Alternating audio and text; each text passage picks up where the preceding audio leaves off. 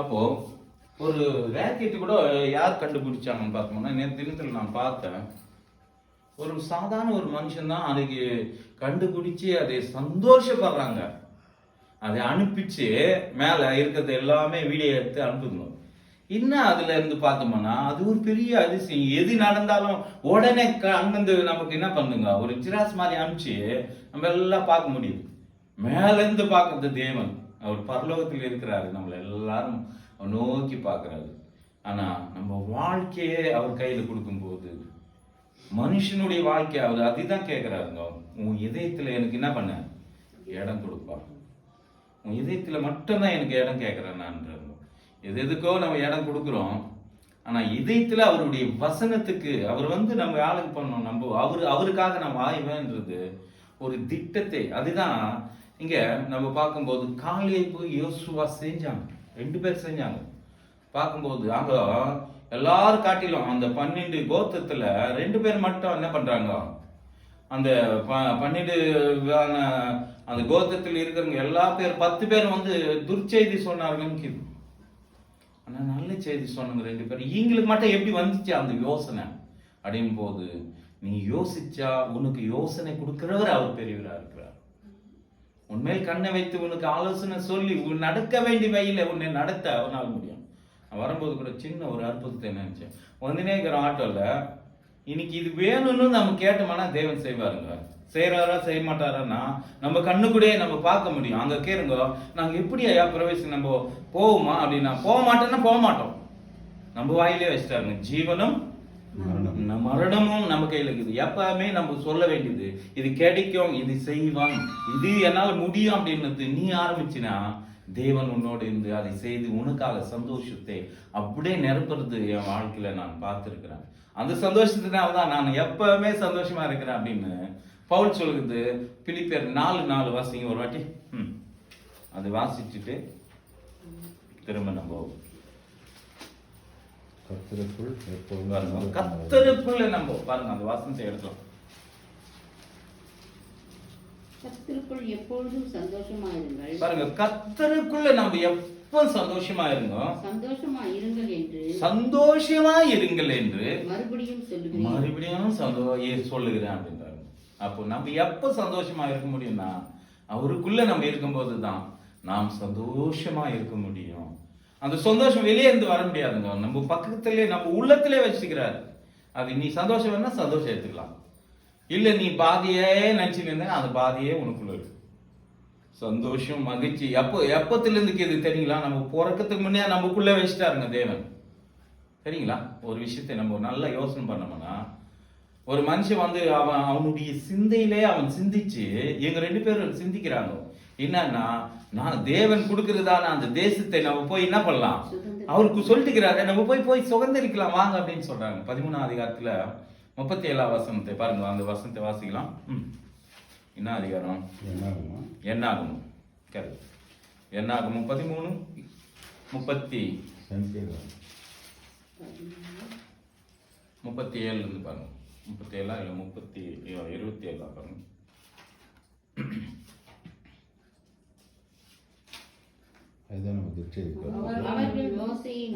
அவர்கள் மோசேவை நோக்கி, நீங்க எங்களை அனுப்பின தேசத்துக்கு நாங்க போய் வந்தோம்.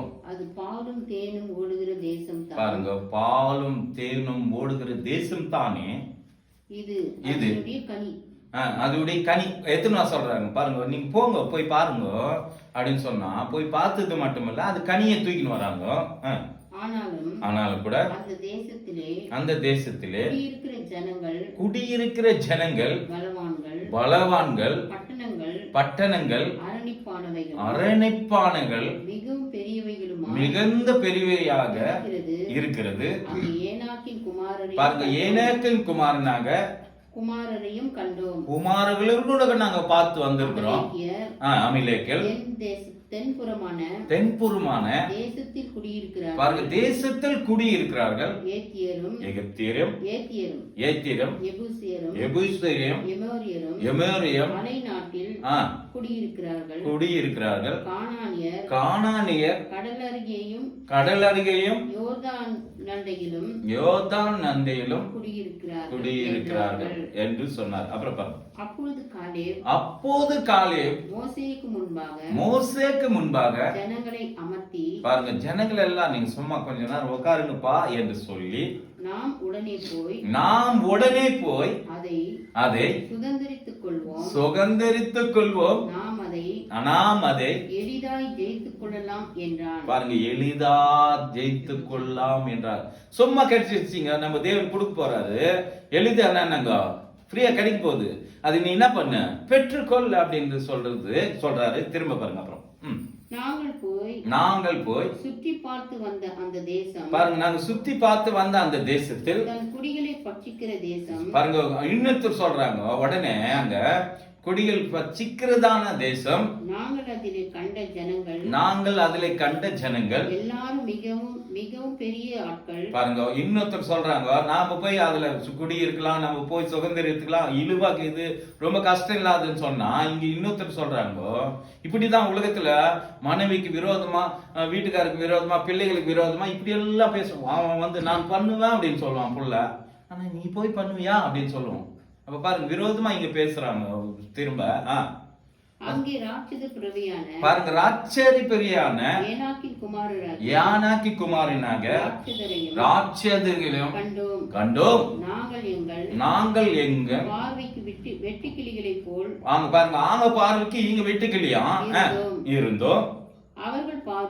அவர்களுடைய பார்வைக்கும் அப்படியே இருந்தோம். அவர்கள் பார்வைக்கு நீங்க எப்படி தெரியுங்க? இப்போ நம்ம பார்வைக்கு நம்ம இனி எப்படி இருக்கிறோம் நமக்கு தான் தெரியும். இங்க ரிவர்ஸா சொல்றாங்க பாருங்க, என்ன சொல்றாங்க, ஆங்க பார்வைக்கு நாங்க இப்படி இருக்கிறோம் என்று சொல்றாங்க என்று சொல்லி இப்படி இஸ்ரவேல் புத்திரருக்குள்ளே, இப்படி இஸ்ரவேலுடைய புத்திரர்களுக்குள்ளே தாம் சுத்தி பார்த்து வந்த தேசத்தை குறித்து துச்செய்தி பரப்பினார்கள். பாருங்க, துச்செய்தி பரப்பிட்டாங்க. துச்செய்தின்னா இப்போ 2 பேர் சொல்றது கேட்பாங்களா, 10 பேர் சொல்றது கேட்டோம்னா எந்த பக்கம் வெயிட்டு பார்ப்பாங்க? 10 தான் பார்ப்பாங்க. ஆனா 2 பேர் சொன்னா சாதாரணமா வந்து இங்க ஆண்டவராக இயேசு கிறிஸ்து கூட வந்துனே இருப்பாருங்க, சீசர்கள்லாம் இருப்பாங்க, அவர் கூட மஸ்தா பேர் இருப்பாங்க. தாவீதின் குமாரனாக கிறிஸ்துவே எனக்கு இறங்கன்னு சொல்லும் போது, சும்மா இருப்பா நீ என்ன கூப்பிட்டுக்கிற, அவர் போய் நிக்கிறவர் போய் நீ கூப்பிடுற அப்படின்னா, இவன் இன்னும் அதிகமா கத்தி கூப்பிடுறான். கூப்பிடும்போது நான் என்ன உனக்கு செய்யலாம்னு வந்து நிக்கிறாருங்க. அப்ப அந்த சத்தம் அவர் காதுல போய் என்ன ஆச்சுங்க, வீழ்ச்சி. அப்போ அவர் என்னதான் உனக்கு நான் செய்யணும்னா, நான் என்ன பண்ணணும், என் கண்ணு துறக்கப்படணும்னு கேட்கிறாருங்க. உடனே என்ன பண்ற, உன் விசுவாசம் உன்னை என்ன பண்ற, ரட்சித்தது அப்படின்னு சொல்றாங்க. நாம் கூட தேவனிடத்துல எதுனா கேட்கணும். நம்ம வாசிக்கிறோம் மத்திய 7ஆம் அதிகாரம் 7ஆம் வசனத்தை வாசிங்க பாருங்க.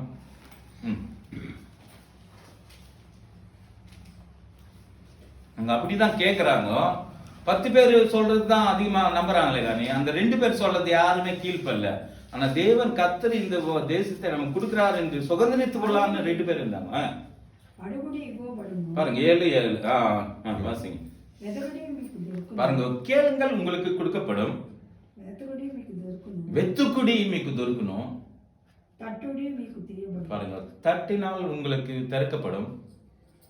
அப்புறம் பாருங்க, கேட்கிற யாவரும் పొందును,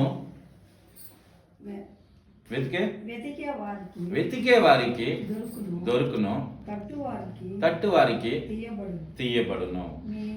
మీలో ఏ మనుషుడైనను తన కుమారుడు తన్ను రొట్టెను అడిగిన ఎడల రాయిచ్చిన, చేపలను అడిగిన ఎడల பாம் இச்சுனா. பாருங்க, யாருன்னா ஒரு தகப்பன் என்ன ஒரு நம்ம பிள்ளைங்க கேட்கறாங்கன்னு நினைச்சுங்க, இதாப்பா இந்த கல்லுக்கு போய் சாப்பிடு அப்படின்னு யாரும் கொடுக்குமா? கெட்டுங்க தான். நம்ம அதுல அடிப்பாங்க. அது என்ன பண்ணுவாங்க, அதுலயே கூட அடிப்பாங்க. ஏன்னா அவங்களுக்கு அவ்வளவு தெளிவு ஆயிடுச்சு இப்போ இருக்கிறதுக்கு. நம்மளே என்ன பண்றோம், நம்ம பிள்ளைங்களுக்கு நான் இன்னைக்கு பார்க்கும்போது ஒரு என்னது ஜூஸ் ஷாப்ல போனேன், அங்க உட்காந்து இருந்தேன். அங்கே பார்க்கும்போது ரொம்ப அடம் பண்ணி அந்த காசு வச்சுருந்தாங்க முடியல. அந்த பொண்ணு கேட்குதுங்க, எனக்கு இதே வேணும்னா கூட வா இஸ்துன்னு வராங்க. இஸ்துன்னு வந்தா அந்த பொண்ணு மறுபடியும் அங்கேயே போய் எனக்கே மனசு என்ன ஆயிடுச்சுங்க தெரியுங்களா, கொஞ்ச நேரம் முன்னா நான் வாங்கி கொடுக்கலாமான்னு ஆயிடுச்சு. பாருங்களா, கெட்டங்களா இருக்கிற நமக்கு நல்ல ஒரு இது இருக்குது. ஆங்களே என்ன கேட்குறாங்க, தமிழ்ல வாசிங்க, நல்லா சொல்றாரு. கேளுங்கள் அப்பொழுது உங்களுக்கு பாருங்க, நம்ம பிதாவாக தேவன் குமாரனாக கிறிஸ்து நமக்கு சொல்லி கொடுத்து போனது. கேளுங்கள், நீங்க கேட்கும் போது தேடுங்கள். அப்பொழுது கண்டடைவீர்கள். என்னத்தை தேடணுங்க? நம்ம அவர் ராஜ்யத்தை தேடணும், நீதியை தேடணும், உண்மையை தேடணும். அவருக்காக நம்ம எதுவுமே தேடும் போது அவர் என்ன பண்றாராம், கொடுக்கிறார் என்றது நம்ம மறக்க கூடாது. அவர் ராஜ்யத்தை நிமித்தம், அவர் பணி நிமித்தம் நம்ம கேட்கும் போது, அதுக்குதான் ஆண்டவராக இயேசு கிறிஸ்து கூட 12 வயசுல இருக்கும்போது அவங்க தாய் தகப்பனை விட்டுட்டு என்ன பண்ணுவாருன்னா, அவங்க விட்டுட்டு எங்க போயிடுவாங்க, எருசலேமுக்கு போயிடுவாங்க. ஏன்னா வழக்கத்தின்படி அங்க போய் ஆராதனை பண்ணிட்டு வரதுக்கு போவாங்க, சர்ச்சுக்கு போறது. இவர் என்ன பண்ணுவாங்கன்னா, அங்க உக்காதுன்னு அங்க ஆயக்காரம் பரிசேயங்க இருப்பாங்க, அங்க அந்த படியில உக்காதுன்னு கேள்விகளை கேட்டுன்னு இருப்பாராம். இவர் என்ன கேள்வி, நீங்க அது அப்படிதான் சொல்லப்படுது. யோவான்ல 4ஆம் அதிகாரத்துல நம்ம பார்க்கும்போது அப்படி வரும். அப்போ பார்க்கும்போது அப்புறம் படிக்கலாம். அப்போ பார்க்கும்போது என்ன கேட்கிறாருன்னா, அப்போ நானும் உன் தகப்பனும் உன் மேல எவ்வளவு பிரியமாக்கிறோம், நீ என்னத்துக்குப்பா எங்க விட்டுட்டு இருக்கிறன்னா அவர் சொல்றாரு, என் பிதா வேலை மேல நான் கவனமா இருக்கிறேன், உங்களுக்கு தெரியாதா அப்படின்னு.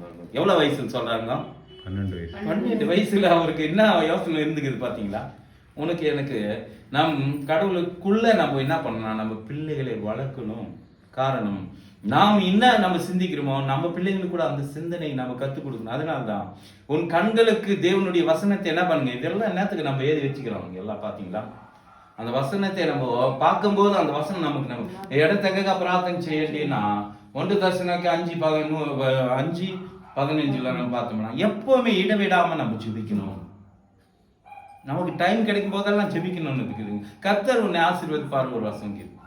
அப்போ எஜமானனா இருக்கிறாருன்னா, அவரு எஜமானா இருந்தா நம்ம குடும்பத்தை அப்படியே ஆளுக்கு பண்ணுவாருங்க.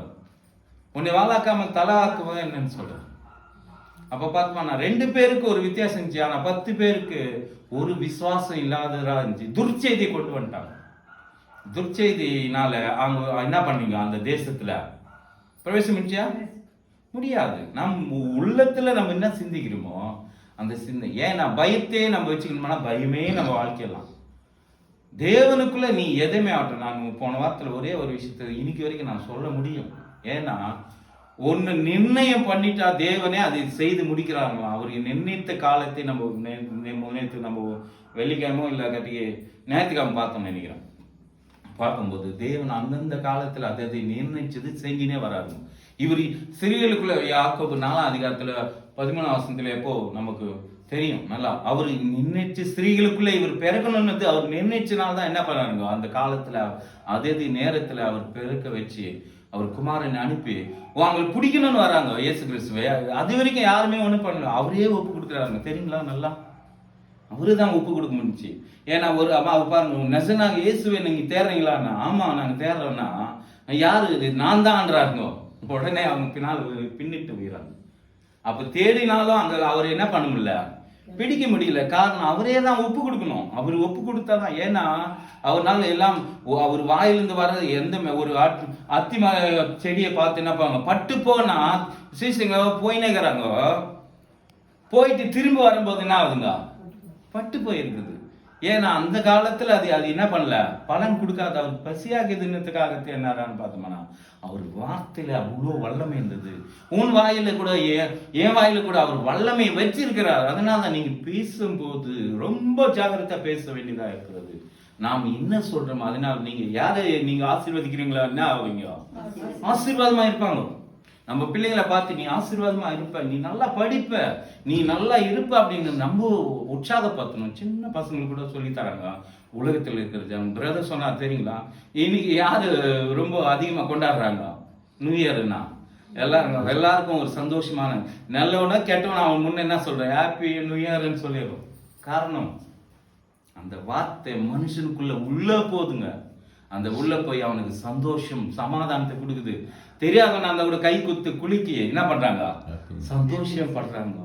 அந்த ஒரு நாளுக்கு ஆகுவா அந்த ஒரு நாளைக்காக உலகத்தில் இருக்கிறவங்க பண்றாங்க. நாம் அனுதினமும் நம் சந்தோஷப்பட நம் பிதாவாக தேவன் பாருங்க. கெட்டகளா இருக்கிற நீங்க உங்க பிள்ளைகளுக்கு என்ன தரீங்க? நல்ல இவங்க தரீங்க. அவங்க அப்பத்தை கேட்டா நீங்க கல்லு கொடுப்பீங்களா? இல்ல கட்டி மீனை கேட்டா என்ன